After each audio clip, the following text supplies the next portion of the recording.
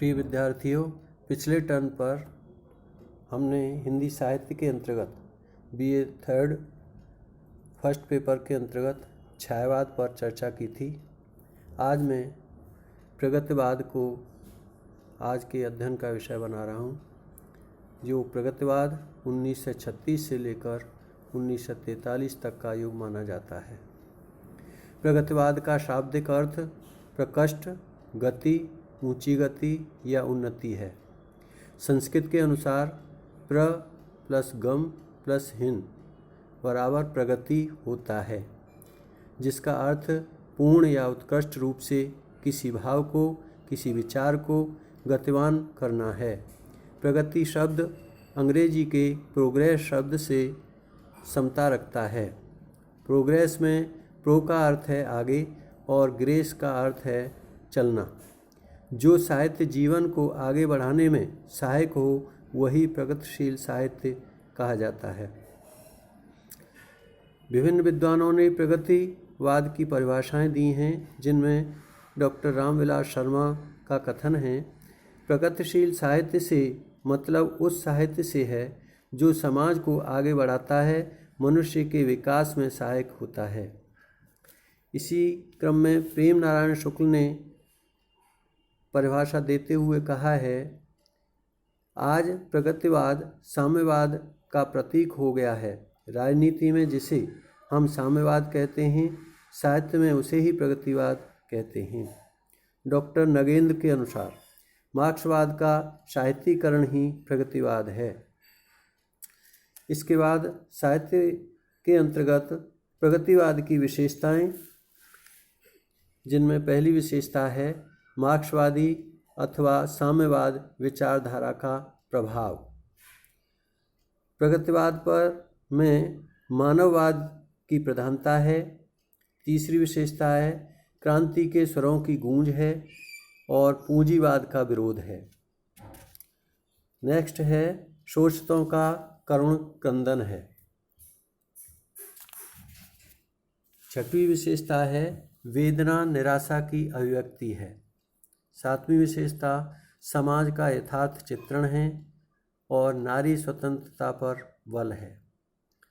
नौवीं विशेषता है समानता का आग्रह है और 10वीं विशेषता है नवीन छंदों का अलंकारों का प्रयोग। भाषा का सरल, स्वच्छंद और खड़ी बोली का प्रयोग है। इस साहित्य के अंतर्गत मजदूरों का चित्रण का एक उदाहरण प्रस्तुत है। श्रमिक जीवन के प्रति सहानुभूति है इस साहित्य में। देखिए उदाहरण, ओ मजदूर, तू ही सब चीज़ों का करता, तू ही सब चीज़ों से दूर, ओ मजदूर। गर्मी तुझे तपाती आती, वर्षा देह धुलाती आती, सर्दी खून सुखाती आती, तेरे उद्यम तेरे साधन, तो भी तू इतना मजबूर, ओ मजदूर।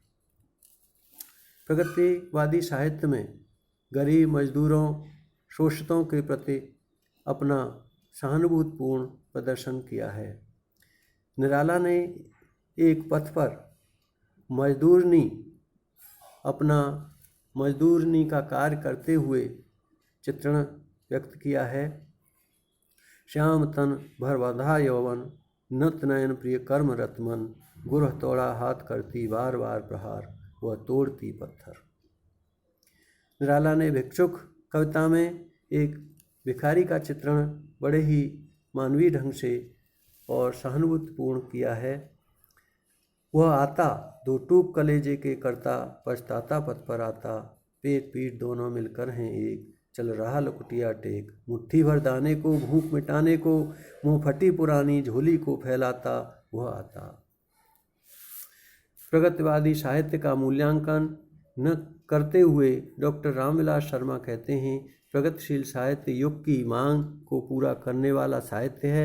उसकी शक्ति उस बात में है कि वह समाज के वास्तविक जीवन के निकट है। जो साहित्य जनता का पक्ष लेता है वह जरूर शक्तिशाली होगा और अजेय गति से आगे बढ़ता जाएगा। अतः हम कह सकते हैं कि प्रगतिवाद में एक जीवन शक्ति है, उत्साह है और चैतन्यता है। इसका भविष्य समाजवाद के भविष्य के साथ बंधा हुआ है। प्रगतिवादी कवि और उनकी रचनाएं।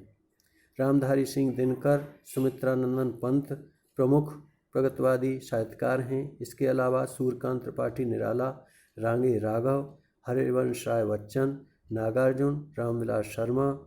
पंत की रचना युगवाणी और ग्राम्या हैं। निराला की रचना कुकुरमुक्ता, भिक्षुक, केदारनाथ अग्रवाल युग की गंगा। रांगे राव की रचना अजय, खंडहर, मेधावी।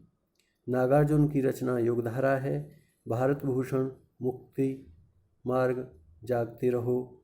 धर्मवीर भारती की अंधायुग। आज प्रगतिवादी साहित्यकार की रचनाएं प्रमुख हैं। आज का व्याख्यान यहीं समाप्त करते हैं। धन्यवाद।